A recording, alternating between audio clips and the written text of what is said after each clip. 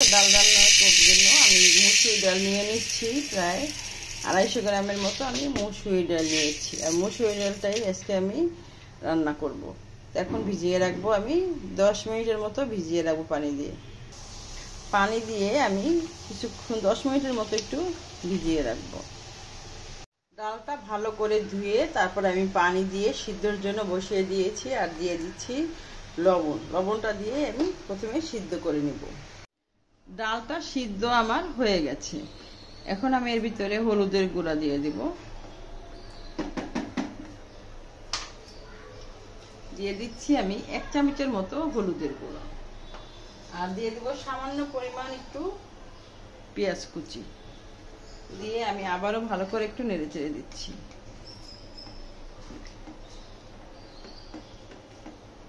ডালটা আমি ডাল ঘুটে দিয়ে একটু ঘুটে দেব। এমনিতেই কিন্তু ডালটা একদমই গলে গেছে, তারপরে আমি আরো একটু ডাল ঘুটনি দিয়ে ঘুটে দিলাম।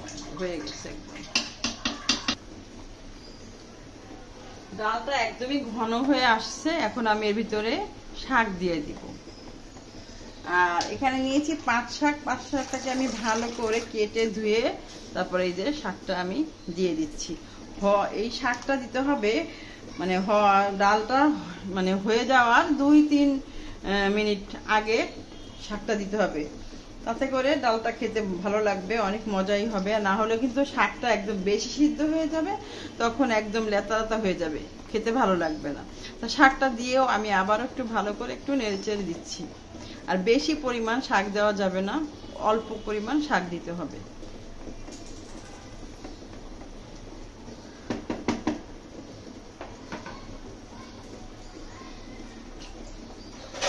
আর পাট শাক দিয়ে ডাল রান্না করব, বোম্বাই মরিচ দিব না, এটা তো কোনো রকমই সম্ভব না। আর আমার তো পাট শাক দিয়ে ডালটা অনেক পছন্দ।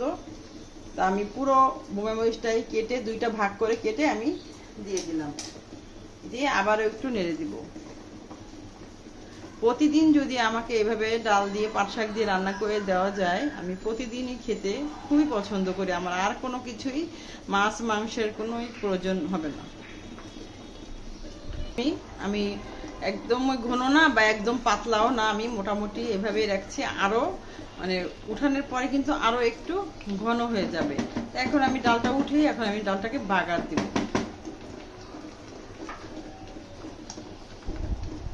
ডালটা বাগার দেওয়ার জন্য আমি এখানে পেঁয়াজ রসুন নিয়েছি আর তেল দিয়ে ডালটাকে বাগার দেওয়ার জন্য পেঁয়াজটা আমি বেরেস্তা মতো একদম লালচে করে ব্রাউন কালার করে আমি ভেজে নিব। সে পর্যন্ত অপেক্ষা করব।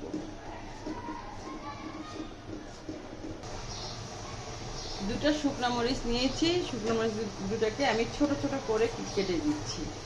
আর এই শুকনো মরিচ দেওয়ার কারণে সুন্দর একটা স্মেলের জন্য স্মেল আসবে, সুন্দর একটা স্মেল আসবে, এই জন্য আমি 2টা শুকনো মরিচ দিয়ে দিলাম।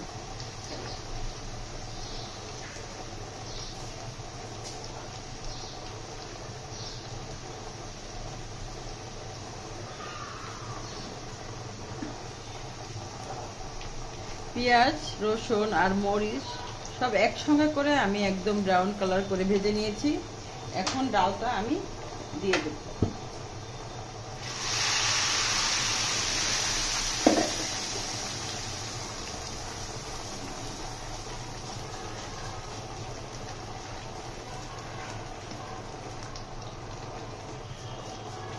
হয়ে গেল আমার ডাল রান্না। পাট শাক দিয়ে মুসুর ডাল দিয়ে আমি এভাবে রান্না করেছি।